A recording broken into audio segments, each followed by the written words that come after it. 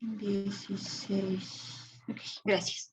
Bueno, estábamos hablando el día de ayer de la distrofia muscular de Becker, de las diferencias y las similitudes que tiene con la distrofia muscular de Duchenne, y ahora vamos a hablar de la etiología. Cuando nos referimos a la etiología, vamos a estar hablando de la causa, de por qué se está presentando este padecimiento. Y ya lo habíamos platicado, tiene que ver con alteraciones en el cromosoma X, con el gen de la distrofina. Este cromosoma, alguien tiene abierto, creo que su micrófono. Está haciendo como eco. Y les decía, tiene que ver con una alteración en la producción de una proteína que se llama distrofina y que ayuda a la recuperación de los sarcómeros después de la contracción muscular. Si esta proteína no está funcionando o no se genera de forma correcta, nuestro músculo no tiene forma de recuperarse, sino más bien que se sigue estire y eso sigue atrofiando las fibras musculares, lo que termina ocasionando pues que el músculo vaya perdiendo masa muscular, que vaya perdiendo consistencia y que vaya siendo reemplazado por un tejido fibroadiposo. Y bueno, entonces va a ser el mismo problema o la misma etiología que con Duchenne. La madre es portadora del gen, el padre no está afectado y vean lo que les platicaba la otra vez. Si tienen mujeres este matrimonio, puede que una hija no esté afectada y puede que un hijo puede que no esté afectado. Aquí es juego de azar dependiendo de qué tan fuerte o qué tan afectado está el gen. A diferencia de Duchenne, en Duchenne esto no existe. En Duchenne sí o sí puede estar afectado. Pero en el caso de Becker tenemos la probabilidad de que ninguno de los hijos tenga la enfermedad. Y también, por otro lado, tenemos la probabilidad de que la hija se vuelva portadora y de que el hijo sea afectado. ¿Sí queda clara esta diferencia con Duchenne?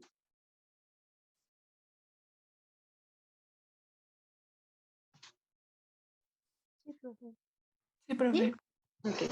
Entonces, acuérdense, con Duchenne sí se puede, más bien sí puede tener afectaciones directas en el caso de los hombres, pero con Becker existe la probabilidad de que pues este gen no se vea comprometido y de que entonces ninguno de los dos hijos tenga la enfermedad.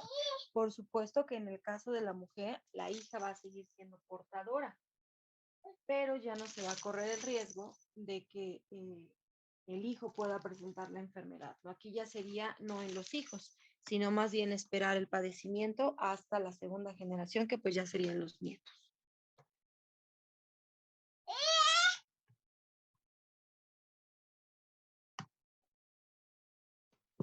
Y bueno, el diagnóstico, ¿cómo se va a realizar? Recuerden ustedes que el diagnóstico la mayor parte de las veces es por sospecha. ¿Qué significa esto de por sospecha?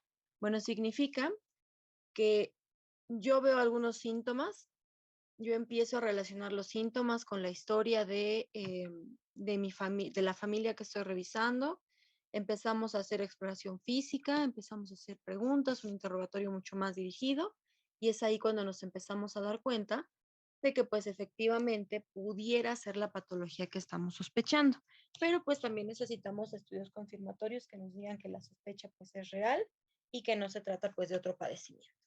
El diagnóstico como tal para Becker es un examen completo neurológico, se hace un examen pulmonar, un examen cardíaco y un examen muscular. ¿Recuerdan cuál dijimos que era la forma de diagnosticar Duchenne?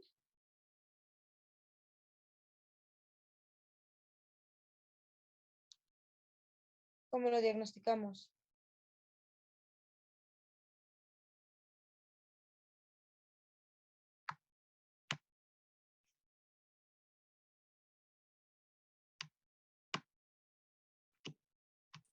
Es por medio de una biopsia muscular.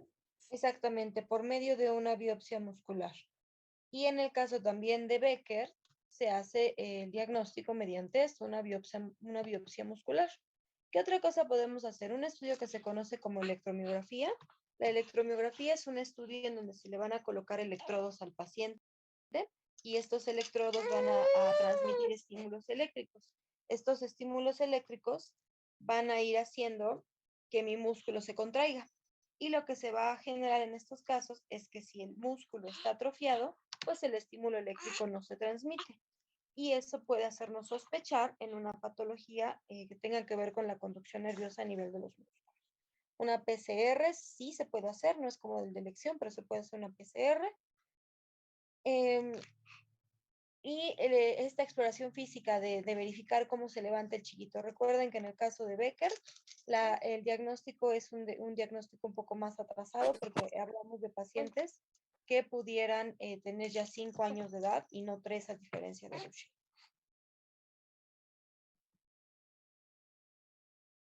Y bueno, ¿qué vamos a hacer? Tenemos historia familiar de distrofia muscular de Duchenne o de distrofia muscular de Becker. Sí o no, se van llenando este tipo de puntos de sospecha. También tenemos que saber si ya hubo antecedentes de algún familiar, verificar qué familiar era, si se descubrió que era mujer, entonces era portadora, o si alguien ya presentó la enfermedad en el caso de que fuera hombre, ¿no? Y ya con eso se tiene que dar consejería genética. ¿A qué nos referimos con esta consejería genética? Bueno, pues sobre todo a que el paciente sepa que tiene la probabilidad de que su descendencia tenga este padecimiento y ya ellos son los que deciden si tienen o no hijos. Aquí el ideal es que después de recibir consejería genética, pues que no se reprodujeran porque pues es evidente que alguno de sus hijos puede venir afectado. Pero esto ya no depende de nosotros, la consejería se da y si el paciente o más bien el matrimonio quiere tener hijos, ya no depende de nosotros el resultado. ¿Qué es lo que vamos a dar de tratamiento? En el caso de Duchenne, veíamos que tenemos que dar un tratamiento multidisciplinario, se le da tratamiento psicológico, se le va a dar tratamiento físico, se le va a dar tratamiento médico. En el caso de la distrofia muscular de Becker, no está completamente comprobado que el uso de esteroides sea efectivo. No lo sabemos, pero tampoco se descarta. Aquí depende mucho de qué tan avanzado vaya el padecimiento. Si está muy avanzado, entonces sí se sospecha, o más bien sí se sugiere el uso de corticoides, sobre todo para prevenir el deterioro de los músculos cardíacos. Por otro lado, se sigue recomendando, como en todo, la terapia física, sobre todo para evitar las contracturas y para evitar que la masa muscular se pierda de forma tan grave, tan drástica. Recuérdenlo, este tipo de padecimientos no tienen cura. Lo único que vamos a hacer es disminuir la velocidad de progresión del padecimiento para que el paciente tenga, pues en la medida de lo posible, una calidad de vida adecuada. También vamos a utilizar órtesis o prótesis como bastones, muletas en algunos casos, y pues también es inevitable que terminen utilizando silla de ruedas. Y lo que les decía, en el caso de utilizar corticoides, también se va a utilizar prednisona y deflazacort a estas dosis, solamente para disminuir la velocidad de progresión del padecimiento.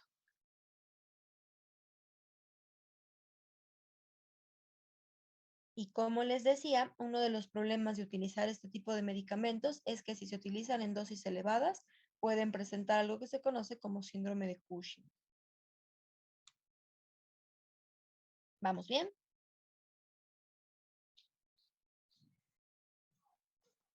Profe, un favor. ¿Qué pasó? Le regresa a la 18, por favor. Sí.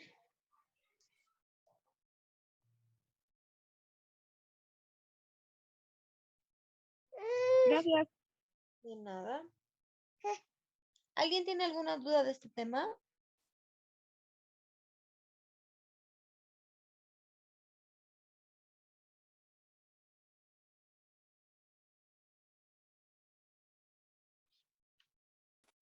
No, doctora. ¿No? Ok. Bueno, No. entonces vamos a cambiar de tema. Y yo les había dicho que íbamos a ver fenilcetonuria, pero mejor prefiero que veamos Alzheimer. Y después de Alzheimer, ahora sí vemos fenilcetonuria. ¿Ya pueden ver la otra presentación? Sí, doctora. Sí, profe. ¿Sí? Ok, bueno. Entonces, ¿qué tema vamos a ver ahorita? Alzheimer.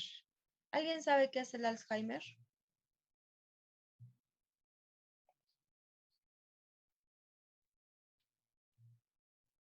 ¿Es la pérdida de memoria a cierta edad? Más o menos. Más.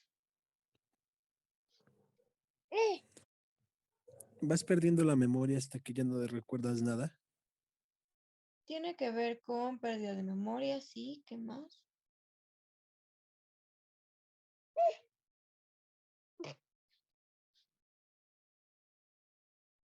¿Es una enfermedad neurodegenerativa? Sí, eso es correcto. Es una enfermedad neurodegenerativa, sí.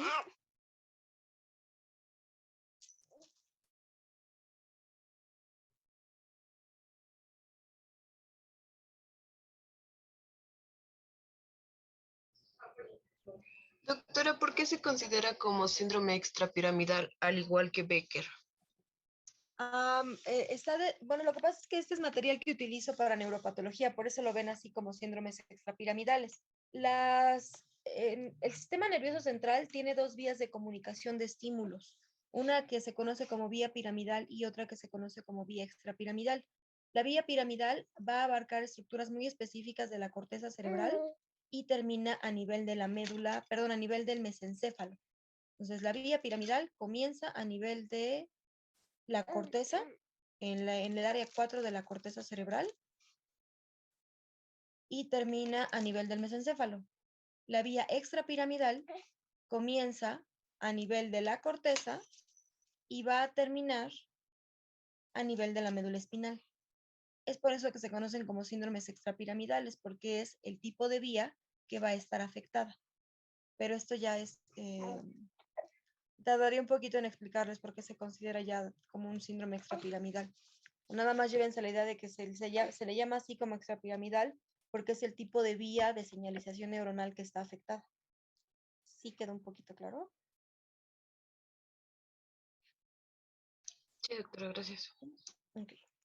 Entonces, les decía, ¿no? Enfermedad de Alzheimer, en efecto, sí es una enfermedad neurodegenerativa.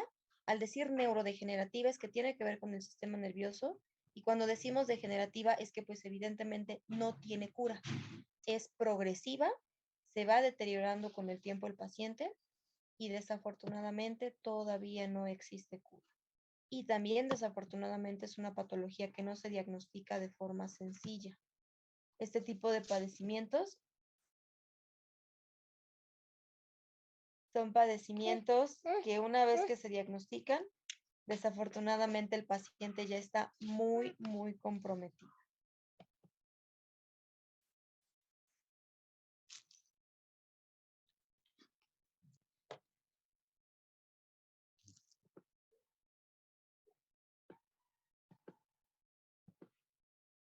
Y bueno, entonces, la enfermedad de Alzheimer como tal es la principal causa de demencia entre los adultos mayores. Hay varios tipos de demencia. Hay un tipo de demencia que se conoce como demencia senil. Esa tiene que ver directamente con la edad del paciente. Es inevitable que con los años se vaya perdiendo la capacidad de recordar varias cosas. Pero en el caso de la enfermedad de Alzheimer, es uno de los tipos más comunes, desafortunadamente más frecuentes de demencia en la edad adulta. El Alzheimer no es común que se presente en pacientes jóvenes, pero recuerden que en el área de la salud no tenemos absolutos, siempre tenemos nuestro excepto. Y nuestro excepto puede ser este caso, ¿no? Que puede existir en algún momento algún paciente joven con Alzheimer. Entonces, es una enfermedad compleja, sí, y se habla de la pérdida de neuronas y de sinapsis a través de la presencia de placas seniles y de degeneración neurofibrilar. Clínicamente se va a expresar como una demencia de comienzo lento, es progresivo y va a empezar con fallas de la memoria reciente. Y como bien lo decían, va a terminar con un paciente que de plano ya no recuerda absolutamente nada. Se tratan de pacientes que terminan postrados en cama y que se vuelven completamente dependientes. ¿Por qué se quedan postrados en cama? Porque van perdiendo inclusive la capacidad de caminar. ¿Por qué? Porque olvidan cómo caminar. ¿Sí vamos bien? Sí, Sí. doctora.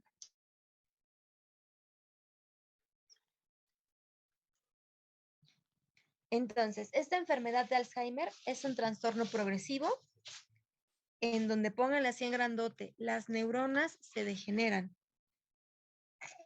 Dentro de los tejidos que existen en el cuerpo humano tenemos de 3 tipos, hablando de la regeneración. Vamos a tener tejidos lábiles. Los tejidos lábiles son aquellos tejidos que tienen una capacidad infinita de regeneración. O sea, se van a recuperar siempre. Y el ejemplo más claro de este tipo de tejidos va a ser la piel.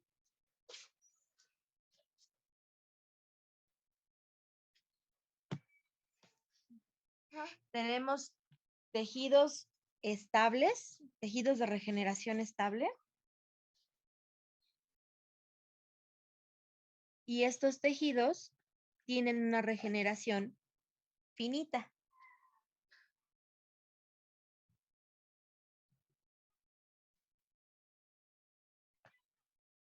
¿Qué significa eso? Que sí tienen capacidad de regenerarse, pero no siempre. Se acaban, digamos que esas oportunidades de regeneración y después el tejido ya no puede regenerarse. Uno de los ejemplos más claros de ese tipo de tejidos es el hígado. Y el último tipo de tejido de regeneración son los permanentes. Estos no se regeneran, desafortunadamente no se regeneran. Se lesionan y ya no se recuperan.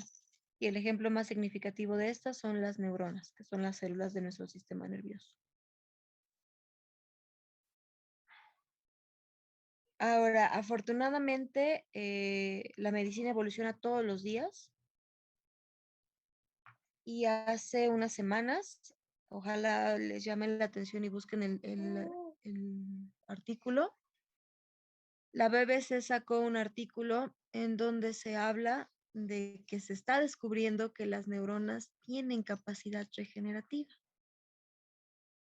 Ya les comentaba a sus compañeros a los que ya les he dado el tema de la materia de neuropatología, que ojalá en algún momento pudiéramos decir algo diferente de las neuronas, ¿no? O sea, que no es que las neuronas se mueran y ya ahí quedaron, sino que en algún momento se pudiera descubrir que las neuronas tienen capacidad regenerativa. Y afortunadamente parece que ese día ya llegó. Entonces, todavía no es una realidad completa, pero ya se están haciendo estudios en donde se está comenzando a demostrar que las neuronas tienen capacidad regenerativa. Y si eso pasa, entonces puede que no estemos tan lejos de poder tratar y quién sabe, ¿no? Inclusive hasta curar las enfermedades neurodegenerativas como el Alzheimer o el Parkinson. Y ojalá lo busquen, es un artículo, pues a mí me parece muy interesante, muy prometedor. Y pues al final de cuentas todo es en beneficio de los pacientes, ¿no? Imagínense que ya un paciente con Alzheimer no sea un paciente que ya esté desahuciado, que sepamos que pues inevitablemente va a quedar postrado en cama y que a lo mejor en unos años podamos decir, bueno, si es que tuvo Alzheimer y se curó. Y bueno, entonces esta enfermedad, como les decía, es una degeneración de las neuronas y esta degeneración neuronal es lo que termina ocasionando demencia. Aquí está mal escrito, demencia es con C. La demencia va a ser una pérdida adquirida y persistente de las funciones intelectuales que afectan al menos a 3 de las siguientes esferas. El Alzheimer, el tipo de demencia que presentan los pacientes, va a afectar a la memoria, al lenguaje y a la percepción visoespacial. Esta percepción visoespacial puede verse afectada o no, y en algunos casos se ve afectada la personalidad y el conocimiento de los pacientes. No sé si en algún momento les ha pasado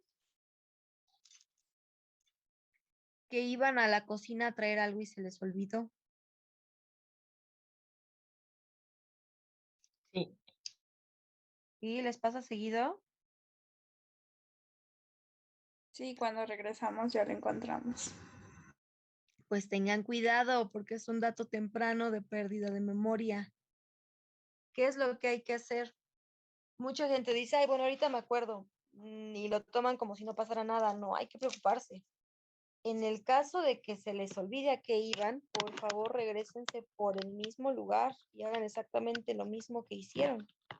¿Para qué? para que al momento de repetir esa ruta, su cerebro se dé cuenta de lo que estaba haciendo y vuelva a llegarles el estímulo de lo que iban a hacer. ¿Por qué es importante volver a hacer esto? Porque imagínense que ustedes están atravesando un campo lleno de tierra.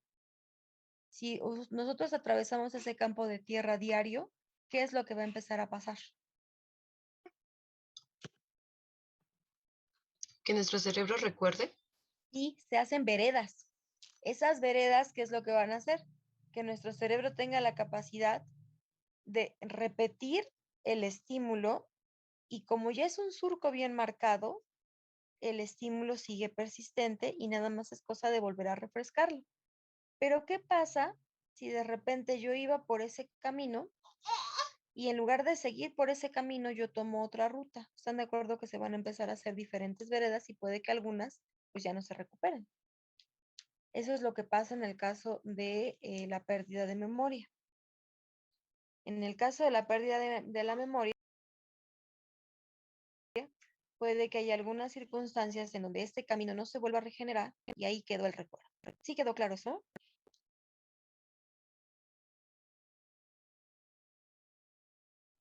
Sí, profe. ¿Sí?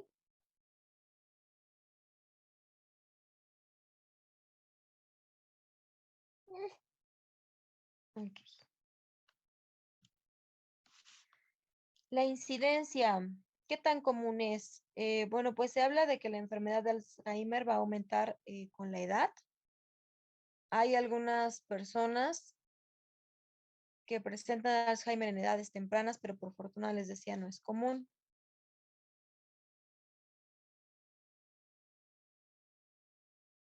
Es muy raro que aparezca en pacientes de 50 años y es más común entre más años se tenga. Se habla de que es más común la edad de presentación de Alzheimer a partir de los 70 hasta los 80 años. O sea, por fortuna, no es en pacientes jóvenes, es en pacientes ya muy adultos.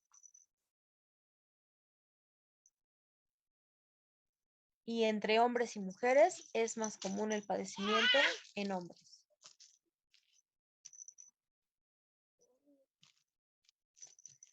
Esta enfermedad de Alzheimer es un proceso degenerativo que se va a caracterizar por una serie de alteraciones cerebrales que afectan de forma selectiva regiones específicas a nivel de nuestro cerebro. ¿Qué regiones se van a ver afectadas? Bueno, pues se va a ver afectada la neocorteza, el área entorrinal, los núcleos monoaminérgicos del tronco encefálico, el núcleo basal, el núcleo amigdalino, el tálamo anterior y el hipocampo. Todas estas estructuras son las que se ven afectadas en el caso de que el paciente tenga Alzheimer.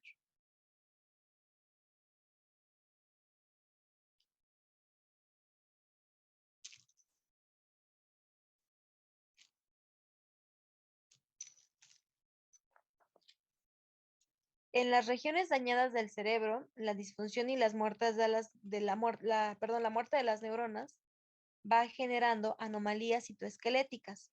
Nuestro sistema nervioso tiene dos tipos de células que van a trabajar en conjunto para su correcto funcionamiento. Vamos a tener neuronas y vamos a tener neuroglía. La neuroglía es un tipo específico de células que anteriormente se creía que no tenían ninguna función. Hagan de cuenta que esta neuroglía es como una red de soporte que solamente mantenía o que cargaba como tal a las neuronas. Bueno, pues ya se descubrió que la neuroglía es súper importante porque es la fuente metabólica de generación de energía del sistema nervioso central. Entonces, antes se pensaba que la neuroglía no servía para más que soporte, para más que cargar a las neuronas, pero ahorita ya se determinó que inclusive la neuroglía, las células que conforman la neuroglía, son más abundantes en número a diferencia de las neuronas. Entonces, puede que el tratamiento de este tipo de padecimientos vaya enfocado con entender qué es lo que pasó o qué es lo que pasa con la neuroglía, no tanto con las neuronas. Va a haber reducción de proteínas sinápticas en las regiones del cerebro que se van a ver afectadas. ¿Y cuáles van a ser? Pues cualquiera de estas estructuras que habíamos platicado. La distribución y la expansión de esas anomalías siguen patrones característicos que son específicos de áreas e incluso de células. Lo que va a terminar afectando al final este padecimiento es la neocorteza. Y esta neocorteza es el sitio en donde se encuentra la memoria a largo plazo. Y bueno, dentro de las estructuras más graves o más afectadas que le van a dar más problemas a mi paciente van a ser la neocorteza y el área entorrinal. Las células más afectadas van a ser las grandes neuronas piramidales glutaminérgicas. Estas células piramidales glutaminérgicas son las que se encargan de producir un neurotransmisor que se conoce como glutamato. Y a nivel de la neocorteza se van a degenerar las interneuronas. O sea, se destruyen las neuronas que generan puentes de comunicación entre estas células y por eso es que se le olvidan las cosas al paciente, porque sabe que tenía que hacer algo, pero ese mensaje no llega, se pierde porque se pierden las interneuronas. Y al no haber interneuronas, el mensaje sí se envió, pero no se está recibiendo. ¿Sí quedó claro eso? Profe, ¿Qué pasó? y por ejemplo, cuando las interneuronas no reciben el mensaje o no lo mandan, a la hora de, por ejemplo, regresar por el mismo lugar, ¿se manda o cómo es ese movimiento? Solo es el recuerdo y es cuando se manda el mensaje. En los estadios más tempranos del padecimiento, estas interneuronas hagan de cuenta que reaccionan, o sea, están así como medio dormidas y al momento de regresar, la neurona reacciona. Conforme el padecimiento va avanzando, estas interneuronas se destruyen. O sea, ya no queda nada. Por eso es que el paciente tiene una pérdida de memoria progresiva, porque al principio solamente de algunas cosas como muy insignificantes y conforme va avanzando el padecimiento, de plano ya no recuerda absolutamente nada porque ya no hay nada que comunique. ¿Sí quedó claro eso? Sí, gracias. Ok. En el caso de la corteza entorrinal, la corteza entorrinal es un centro de memoria y su función es actuar como centro de revelo o de redistribución de la información desde y hacia el hipocampo. Que realmente lo que termina echando a perder la memoria del paciente es que se lesiona esta corteza entorrinal. Y si se lesiona esta corteza entorrinal, entonces, lo que les decía, el estímulo se manda, sí, pero hagan de cuenta que, imagínense que es un puente de madera. ¿Qué es lo que pasa con los puentes de madera con el tiempo? Se va deteriorando la madera y los lazos. Entonces, nada más imagínense que ese puente de madera normalmente era para comunicar un lugar con otro, separados por un acantilado. Bueno, pues con el tiempo, ¿qué va a pasar si no se le da rehabilitación a ese puente de madera? Se va a pudrir.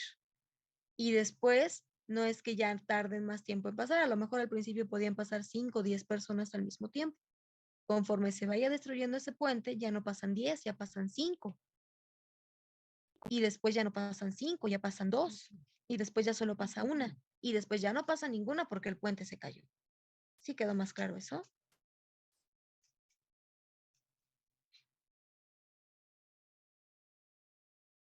Sí, profe.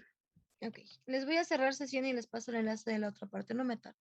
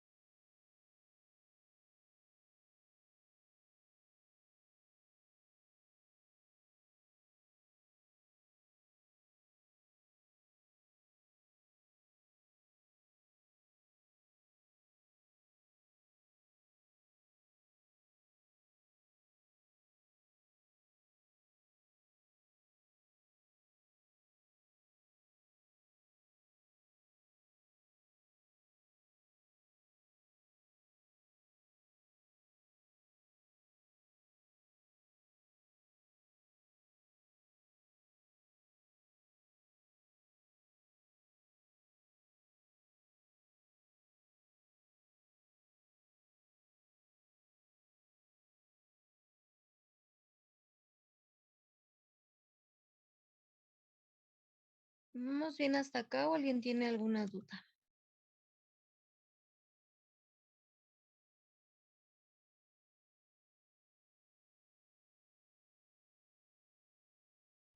Todo bien, profe. Ok. Bueno, Bueno, otra profe, de las estructuras profe, que yo sí debe estar tengo, afectada. Mande, ¿qué pasa? yo sí tengo una duda con la neuroglia. Neuroglia, nada más, ¿cuál era su función? Aparte de sostener a los, ay, a las La neuronas. neurona tiene función de soporte o Ajá. de sostén de las neuronas y también es la principal fuente metabólica. Ah, ok. Muchas gracias, profe. No, nada, es la principal fuente de rutas metabólicas. Le da de comer al sistema nervioso. Profe, ¿le regresa al anterior, por fin? Sí.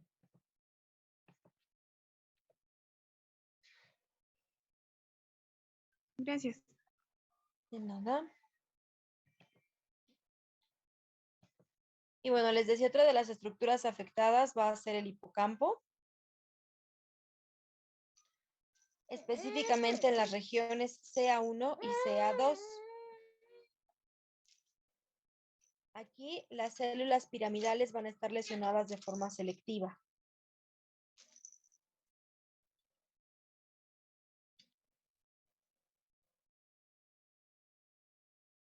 A nivel del hipocampo, fíjense, esto que ven acá es el hipocampo. Así se ve en realidad y así lo vemos con una imagen descriptiva para entender cada una de las partes del hipocampo. Bueno, por las zonas que van a estar afectadas van a ser la CA1 y la CA2. CA1 y CA2, estas porciones. También se va a ver lesionado el giro dentado, que es esta porción. Y después de que se lesionan estas dos, va a terminar lesionándose CA3 y CA4. Entonces comienza con una degeneración leve de estas porciones y después va alcanzando todas las estructuras del hipocampo.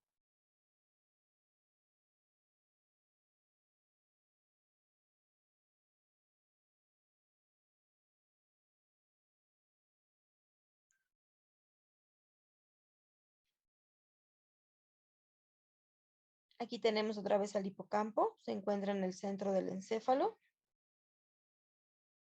Y lo que vamos a tener es que las neuronas colinérgicas del núcleo basal, el núcleo septal interno y la banda diagonal de Broca, que son estructuras que se encuentran en contacto con el hipocampo, van a generar vías de señalización entre el hipocampo y la corteza.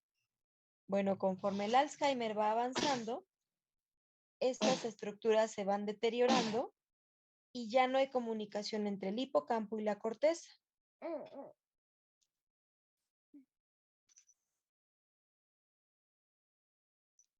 Y eso es lo que termina haciendo que el paciente tenga pérdida de memoria, que ya no tiene la capacidad de que los recuerdos a corto plazo se transformen en recuerdos a largo plazo. Entonces, aquí se pierde la información y lo que sea que no se haya guardado hacia la corteza es información que simplemente se pierde. Vamos a tener memoria a corto y a largo plazo. En el primer estadio, el tipo de pérdida de memoria es a corto plazo. O sea, cosas como de qué iba a hacer ahorita. Y conforme va avanzando, son cosas de qué hice ayer. Y llega un momento de la enfermedad en la que el pobre paciente ya ni siquiera se reconoce enfrente del espejo. Ya no tiene la capacidad de saber quién es. No sabe de quién es ese reflejo. Y pues evidentemente ya en este momento, ya tampoco sabe quiénes son sus familiares o quiénes son las personas con las que está conviviendo. Esto va haciendo que el paciente se vuelva agresivo. ¿Por qué? Pues porque al principio el paciente reconoce a la gente con la que está y pues se siente segura. Pero con el paso del tiempo va haciendo que el paciente ya no reconozca a nadie y se empiece a estresar porque pues no sabe quiénes son las personas con las que está teniendo contacto. Se vuelve paranoico el paciente. Y bueno, ¿qué factores de riesgo vamos a tener con este padecimiento? La edad, por supuesto, ya dijimos que la edad de presentación habitual es entre 70 y 80 años de edad. Antecedentes familiares y genéticos, sí. Alzheimer no es como tal que se herede, pero si hay algún familiar con Alzheimer, la probabilidad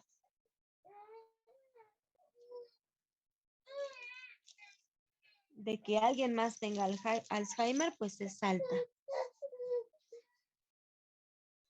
Si se tienen familiares con síndrome de Down, también incrementa el riesgo de presentación de Alzheimer. Que tengan pacientes con deterioro cognitivo leve.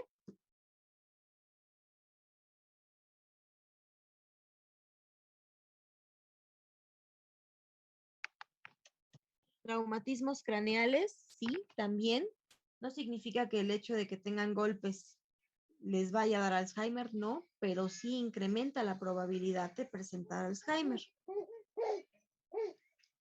Patología tiroidea, ya sea que tenga hipotiroidismo o hipertiroidismo. Enfermedades cardiovasculares, sí, sobre todo enfermedades cardiovasculares crónicas como hipertensión.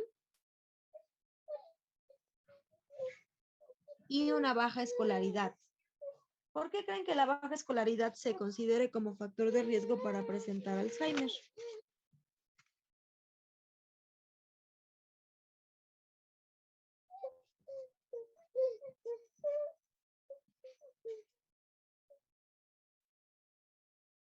Porque no está como preparado su, por así decir, su memoria desde una temprana edad. Ajá, tiene que ver con eso. ¿Qué es lo que pasa? El cerebro de los niños desde que nacen hasta los 2 primeros años de edad, tal cual es como una esponjita. Una buena parte de lo que sepa hacer en su etapa adulta, lo tuvo que haber aprendido durante los 2 primeros años de edad. Si esto no se lleva a cabo durante los 2 primeros años de edad, ese cerebrito pues no tiene una maduración adecuada y eso también va haciendo que pues su cerebro tenga más propensión a presentar alguna enfermedad neurodegenerativa. Aparte hay que considerar que pudiera ser el caso de que el paciente tenga algún grado de desnutrición y también cerebrito que se encuentre desnutrido, cerebrito que no madura y que no tiene la capacidad de soportar varias patologías degenerativas. Por eso se habla de que la baja escolaridad pudiera ser un factor de riesgo.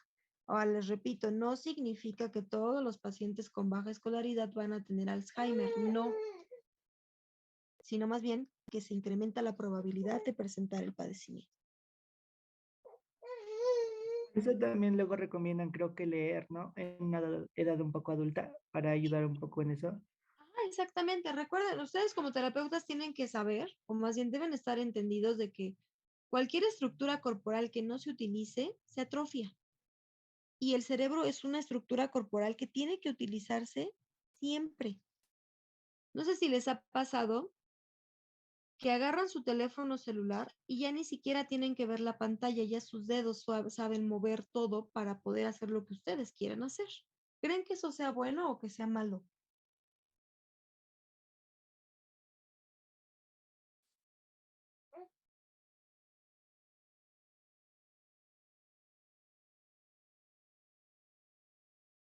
Dependiendo del ámbito en el que nos enfoquemos, hace ratito comentaba que el del surco, ¿no? Si tú lo haces constantemente, tu cerebro lo hace repetitivo. Entonces, como dice usted, a mí me ha pasado, estoy con mi celular y no es necesario que vea la contraseña, simplemente ya veo y ya está desbloqueado, pero es por lo mismo, porque lo uso repetitivamente y ya creé como ese patrón en mi cerebro. Ajá. Pero ¿qué creen que sea peor? ¿Tener varios caminos o tener solo uno y a ver qué pasa? Ya que solo uno, ¿no? El problema es tener solo uno exactamente, porque el día que se destruya ese único camino que tenemos, ya valió el asunto. Pero ¿qué pasa si yo tengo varias rutas? Pues se destruye uno, ¿no? Pero no pasa nada, tengo más formas de hacer el mismo camino. ¿Sí me explico? Ahora, ¿qué es lo que se recomienda? No sé si alguna vez han escuchado que se recomienda que si se van a lavar los dientes y siempre se lavan los dientes con la mano derecha, ya no lo hagan con la derecha, sino que lo hagan con la izquierda. ¿Sí han escuchado eso? No, No. sí, Bueno, pues se recomienda que no se acostumbren a utilizar solamente una mano, sino que se acostumbren a utilizar las dos manos. ¿Por qué? Porque si utilizan solo una mano, el día en el que se lastimen esa mano, a ver cómo hacen las cosas que hacen normalmente con esa mano. ¿Qué es lo que se sugiere? Utilizan las dos manos y entonces no importaría que se llegaran a lesionar una mano, porque pues la otra va a compensar. Es por eso que, como dicen, se recomienda que los pacientes lean, porque entre más lean, más se estimula su cerebro, más trabaja, más se producen vías de señalización. En el caso de los niños, cuando los niños son muy chiquititos, se habla de que se generan de entre 100 a 300,000 interconexiones neuronales por día. ¿Y cómo es que se van a generar esas interconexiones neuronales? Bueno, se van a generar si el bebé está recibiendo estímulos adecuados. Si son bebés que nada más se les hace caso cuando lloran, que está súper mal hecho eso, porque no deberían llorar. O que, por ejemplo, lo tienen todo el día acostado en la cama o en la cuna y no se mueve y aparte, no conforme de eso, lo tienen amarrado como tamal, ¿creen que eso sea bueno o malo para el niño? Malo. Es malísimo. Eso de que los enredan como tamalitos para que no se muevan desde recién nacidos está súper mal hecho. Los niños aprenden tocando y si no tocan, no aprenden. Entonces no hay que amarrarlos, no hay que tenerlos quietos, hay que dejarlos que toquen absolutamente todo. Ahora, por supuesto, con precaución y con mucho cuidado, sobre todo porque pues no controlan sus cambios de temperatura y porque pudieran lastimarse. Pero niño, ahora también les ponen guantes. ¿Creen que sea bueno o malo ponerles guantes? súper malo porque se supone que su única fuente ahorita es el tacto, ¿no? Exactamente. La textura. Ujú. Pero Y no también les deja. que no se rasguñe, ¿no? Puesto que todavía no, bueno, sus uñitas van creciendo, entonces lo hacen con esa finalidad. La hacen con la finalidad de que no se rasguñen, pero ¿qué es más fácil? Pues límenle las uñas. Hay limas especiales para las uñas de los bebés recién nacidos y con eso evitan que se arañe en lugar de estarle poniendo guantes y dándole la torre a su cerebro. Porque es súper grave, les digo, se hacen de 100 a 300,000 interconexiones neuronales por día durante los primeros 2 años de vida. No es poquito, es muchísimo, pero esto no se va a lograr si el niño no toca. Si no está tocando, estas interconexiones neuronales simplemente no se van a llevar a cabo y van a ser niños que se tarden más tiempo en aprender a hacer cosas y que cuando aprendan a hacer algunas cosas, si no las repiten fácil, hasta las puedan olvidar. ¿Sí me explico?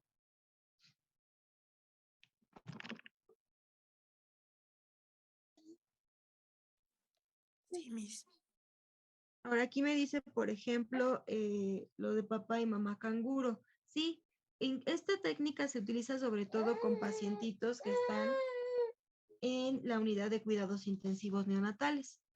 El contacto piel a piel es indispensable con los bebés. Hay algo que se conoce como la hora dorada y esa hora dorada es la primera hora de nacimiento del bebé. El bebé se conocen este tipo de técnicas como un parto humanizado o como una cesárea humanizada, dependiendo de lo que sea. ¿Qué es lo que hace el pediatra? Bueno, se verifica que el bebé esté bien, que no tenga ningún problema para respirar ni nada, y de forma inmediata aquí sale, pinzan el cordón y se lo pegan al pecho a la mamá. Este contacto piel a piel va a generar un vínculo súper importante entre el cerebro de la mamá y el cerebro del bebé. Y si durante esa hora el bebé ya comió de mamá, pues ese tipo de estímulos, ese tipo de conexiones se hace todavía más fuerte y eso va a generar un vínculo muy fuerte entre el cerebro de ambos. Y eso también va a ayudar a la producción de leche materna y demás. Entonces, si este tipo de interconexiones no se llevan a cabo desde el momento de nacimiento, ese pobrecito bebé empieza a tener problemas. Y luego son niños que llegan al kinder y les diagnostican déficit de atención. Dicen, bueno, pero es que, ¿qué le pasó? Bueno, hay que empezar a recapitular. Pudo haber sido inclusive durante el embarazo, que no se les hizo estímulo ninguno al bebé ni a la mamá, que a lo mejor durante el nacimiento no estuvo en contacto piel a piel con mamá, que a lo mejor no le dieron lactancia materna exclusiva, o que a lo mejor lo tuvieron amarrado como tamal y con guantes todo el tiempo. Entonces, este tipo de cosas, por insignificantes que parezcan, van a tener graves repercusiones en la edad adulta. ¿Por qué? Pues porque son niños que no están aprendiendo, son cerebros que no se están desarrollando completo. ¿Qué pasó, Arlet? Bueno, luego incluso, como usted dice, que los amarran como tamal, hay ocasiones en donde dice que pues no los carguen, que porque se malacostumbran a los brazos. Ay, sí, no saben. Les juro que, híjole, cada atrocidad que se escucha de gente que no tiene ni idea de lo que habla, yo siempre he pensado que si uno va a opinar de algo, tiene que conocer del tema. Si no se conoce del tema, no se opina. Y en el caso, por ejemplo, de la crianza, hay algo que se conoce como crianza respetuosa. Esta crianza respetuosa lleva un enfoque de apego seguro. ¿Qué significa esto del apego seguro? Un bebé, ¿habla o no habla?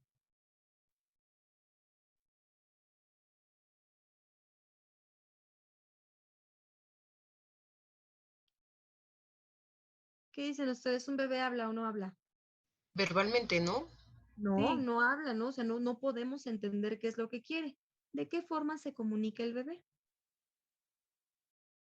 Por medio del llanto. Llorando. Llora, ¿no? O sea, si tiene hambre, va a llorar. Si está sucio, llora. Si tiene frío, llora. Si tiene calor, llora. ¿Por qué tendríamos que enojarnos o molestarnos si llora? ¿De qué otra forma se comunica? No tiene otra forma de comunicarse. Ahora, no falta el salvaje, perdónenme la expresión, pero no falta el salvaje que dice que lo dejes llorar, que para que sus pulmones se hagan fuertes. Ustedes que son terapeutas, ¿en algún momento han escuchado que para tener una mayor capacidad ventilatoria se deba llorar? ¿O les han dicho que para que, inclusive ahorita para COVID, para que los pulmones del paciente post-COVID se pongan fuertes, hay que dejarlo llorar? ¿Alguna vez han escuchado eso? No. Pues no, No. ¿verdad? Eso no existe. Eso de dejar llorar al bebé es una salvajada. Si lo van a dejar llorar, mejor no tengan hijos. Si llora es porque necesita algo. Pues es que déjalo llorar porque te manipula. A ver, ¿en qué cabeza enferma creen que puede existir la probabilidad de que un bebé recién nacido y un bebé de meses tenga la capacidad de manipular a la gente? Eso no existe. Si el bebé llora, cárgalo. Necesita algo. Muchas veces no es hambre, no es que esté sucio, no es que tenga frío, no es que tenga calor. Solamente necesita el contacto piel a piel. Lo único que conoce es una bolsita con líquido. Y de ahí en fuera, cuando nace, todo es completamente desconocido para él. Va a llorar por la luz, por supuesto. Va a llorar por los sonidos, por supuesto. Lo único que reconoce es la voz con eco de su mamá, el latido de su mamá y el movimiento intestinal de su mamá. ¿Por qué tendríamos que espantarnos o que enojarnos con el bebé porque me está manipulando para que lo cargue?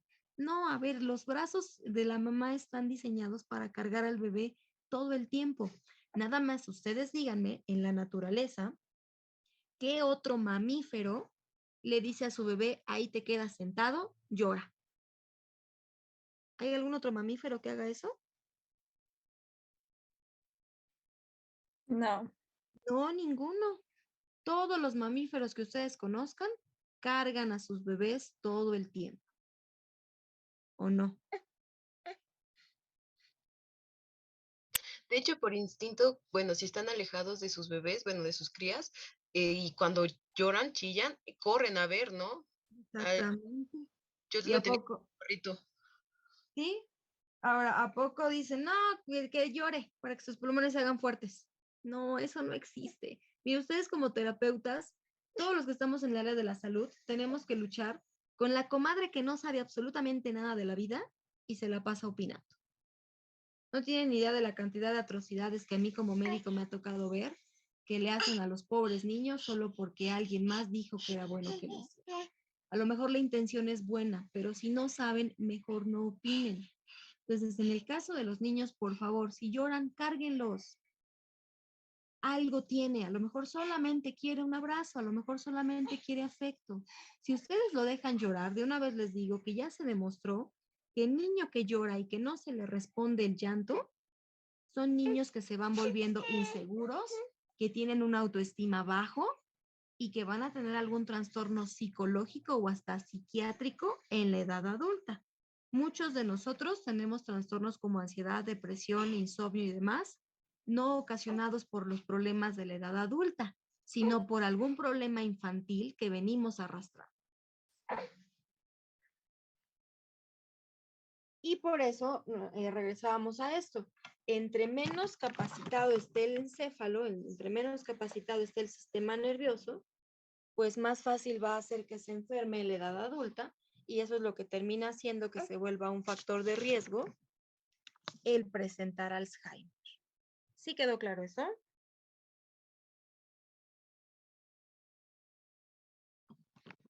Sí, Ok. Y bueno, los factores de riesgo genéticos. Se van a conocer varios factores de riesgo genéticos para la presentación de Alzheimer y tiene mucho que ver con mutaciones en el gen APP en el cromosoma 21. Hay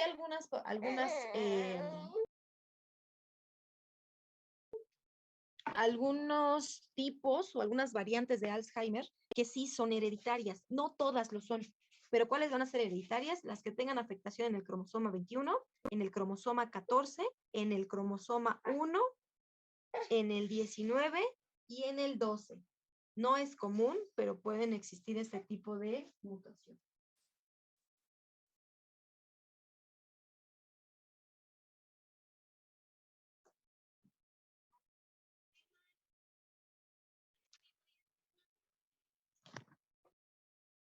En el caso del cromosoma 21, van a ser mutaciones en el gen APP. En el cromosoma 14 son alteraciones en el gen de la prencilina 1. En el 1 van a ser de la prencilina 2.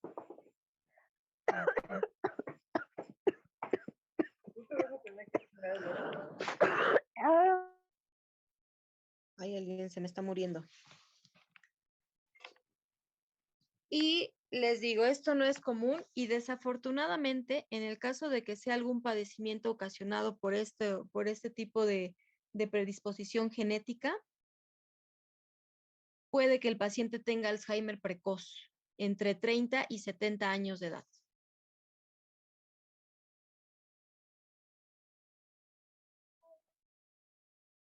Entonces, nada más imagínense un paciente con Alzheimer a los 30 años de edad. ¿Qué problema? Y bueno, ahora sí, hablando de las etapas clínicas. El Alzheimer va a tener 3 etapas clínicas.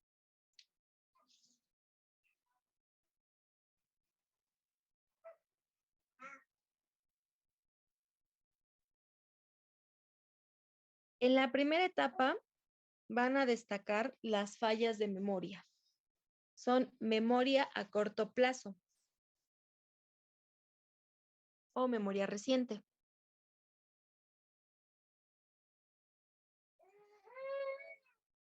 Va a haber pérdida de memoria episódica reciente.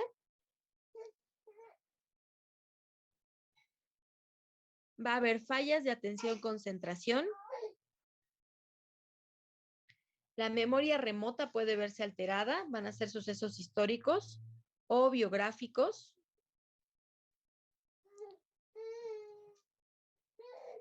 La memoria semántica también va a verse alterada. Esto de la memoria semántica tiene que ver con significados, entendimientos y otros conocimientos conceptuales.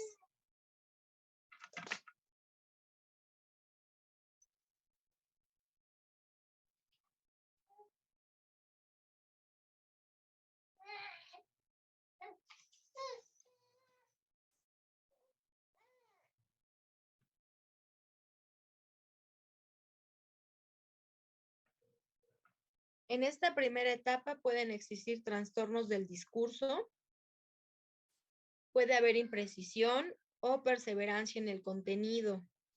Puede que sean pacientes que te están contando algo, que te están diciendo algo y se les olvida qué te estaban diciendo. Es el típico que te estaba diciendo. Uy.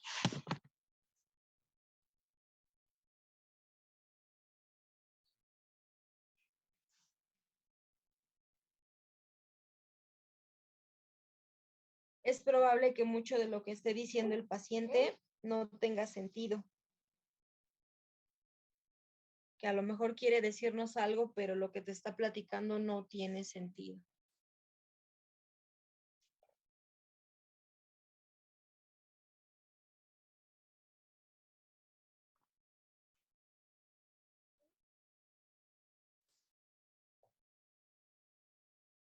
Y puede empezar a tener amnesia.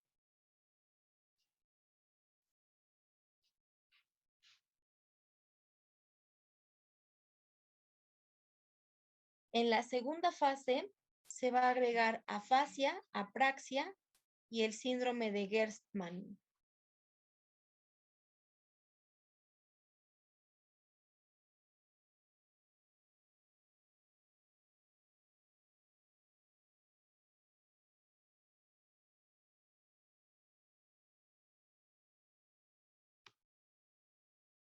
La afasia va a ser la progresión de los trastornos del lenguaje en el curso de varios años.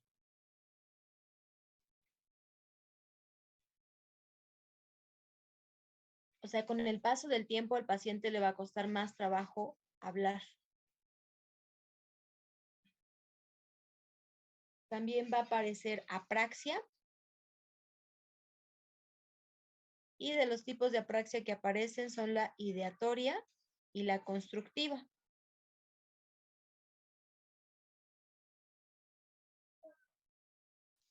Conforme va avanzando el padecimiento, puede haber apraxia ideomotora y del vestir. ¿Qué significa esto? Se le van olvidando hacer muchas cosas básicas al paciente, como ponerse los zapatos, como vestirse, como bañarse, como comer. Y el síndrome de Gerstmann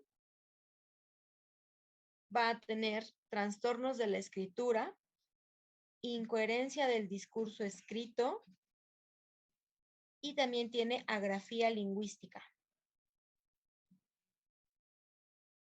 De repente el paciente ya no se acuerda cómo se escribe, si es de derecha a izquierda, de izquierda a derecha, de arriba a abajo. El paciente va teniendo muchas alteraciones para comunicarse. Y todo esto ya es en la segunda fase. Y ya en la tercera, aquí tenemos pérdida de la marcha. O sea, no conforme de todo lo que le está pasando al paciente con la memoria, con la capacidad de hablar y con la capacidad de comunicarse, en la tercera etapa le vamos a agregar pérdida de la marcha.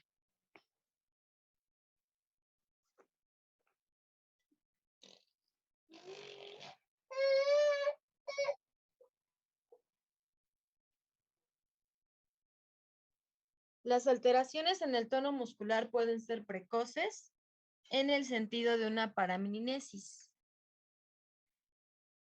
O sea, ¿qué significa? Va a tener alteraciones con el movimiento, sí. Al principio va a ser con la coordinación. Y conforme va avanzando el tiempo, el paciente va perdiendo la capacidad de caminar. Aquí la capacidad de caminar la pierde por dos cosas. Una, porque se le olvida cómo caminar. Y la otra, porque las vías de señalización que van desde el cerebro hasta los músculos para generar movimiento se destruyen.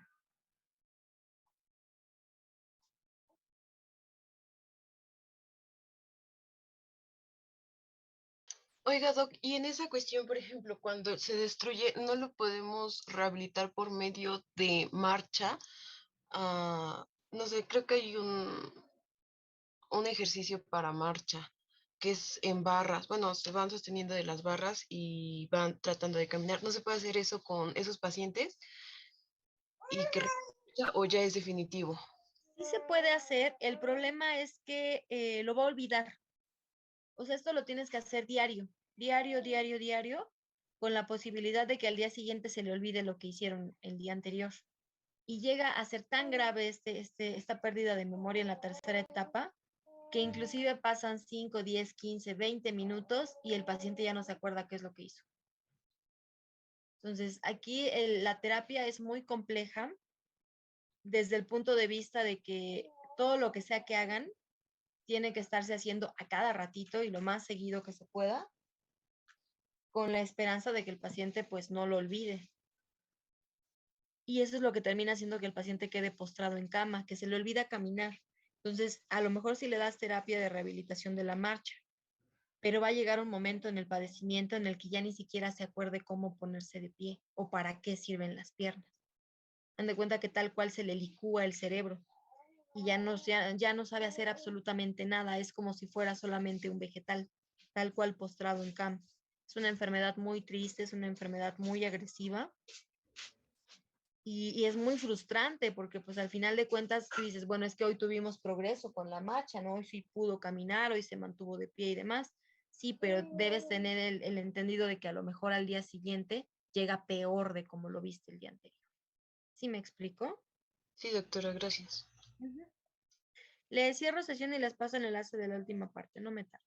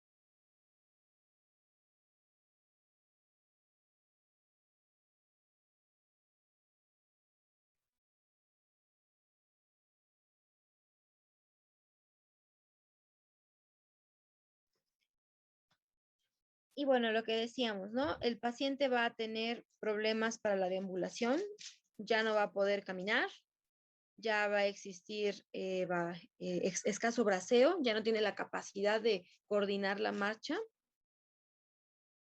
El lenguaje se reduce, el paciente termina postrado en cama, se vuelve completamente dependiente de su principal cuidador. Y eso termina haciendo que el paciente tenga que ser aseado y alimentado por alguien independiente. El paciente ya no tiene la capacidad, ya ni siquiera llega un momento en el que desafortunadamente el paciente olvida cómo tragar, cómo deglutir. Y ahí sí ya viene un verdadero problema, porque nada más imagínense qué tan grave es que el paciente pues, ya no pueda deglutir.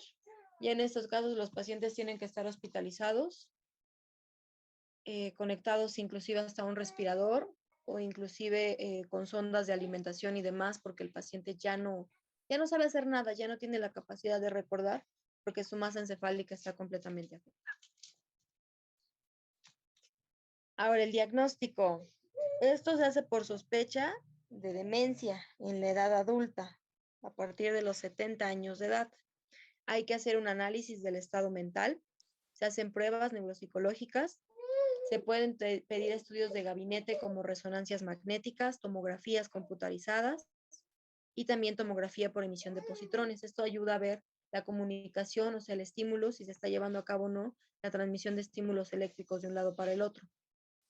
Puede que pase, puede que ya ni siquiera esté teniendo información el paciente. Entonces, tiene que ser así, se hace por sospecha clínica y después empezamos a hacer interrogatorios, exploraciones más especializadas y ya se terminan haciendo este tipo de estudios, evaluaciones neuropsicológicas para conocer el estado mental del paciente. Y pues ya en el caso de estudios de imagen, una resonancia magnética para poder ver cómo está el cerebro y ya en la resonancia magnética se alcanza a ver cómo está destruida una buena parte del tejido cerebral que tiene que ver con el hipocampo y con la corteza. ¿Sí quedó claro?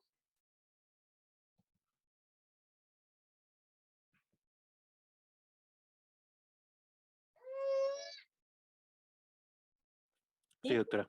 Ahora, tratamiento. Aquí viene lo feo del asunto. No hay uno que sirva. No hay tratamiento médico. Realmente el tratamiento médico que se da es solamente para ir disminuyendo las molestias, para ir disminuyendo la progresión del deterioro que tiene el paciente. No hay nada que lo cure. Y si, por ejemplo, no sé, tuvo dolor porque se cayó, se le da medicamento para el dolor. Si, por ejemplo, está comiendo menos, bueno, se le dan vitaminas, se le dan suplementos alimenticios. No hay ningún tratamiento bien dirigido en la parte médica para poder ayudar al paciente. No hay fármacos, no hay nada.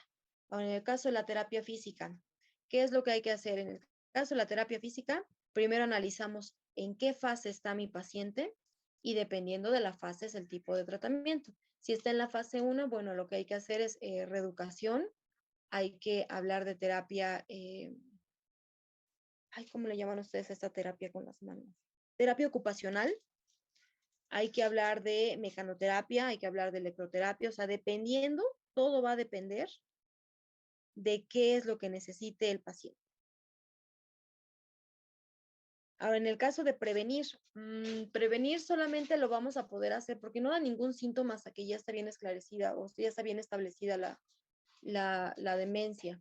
¿Qué es lo que se puede hacer para prevenir? Investigar la historia familiar para saber si hay o no factores de riesgo.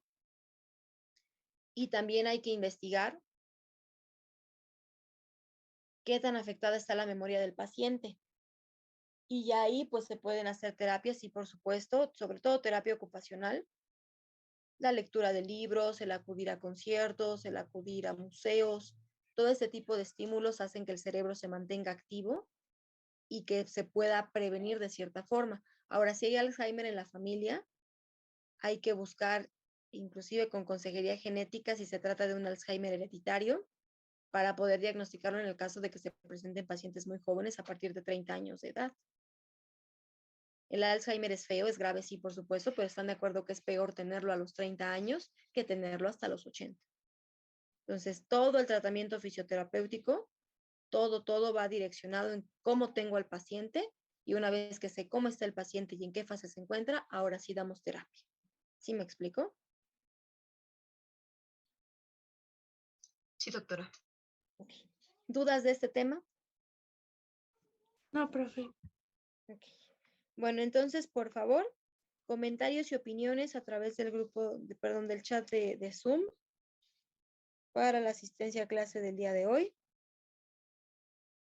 Y se pueden desconectar en 10 minutitos, ¿vale? Y seguiríamos la clase de mañana. Les voy a dejar actividad con lo de fenilcetonuria y mañana ya empezaríamos a ver, lo de la actividad no es para esta semana, es para la siguiente, para entrega. Y ya comenzaríamos a ver lo más que se pueda de embriología el día de mañana, ¿vale? Sí, doctora. Entonces, por favor, sus comentarios y opiniones en el grupo, digo en el chat, y ya después se pueden desconectar en 10 minutos. Nos saludamos mañana, niños.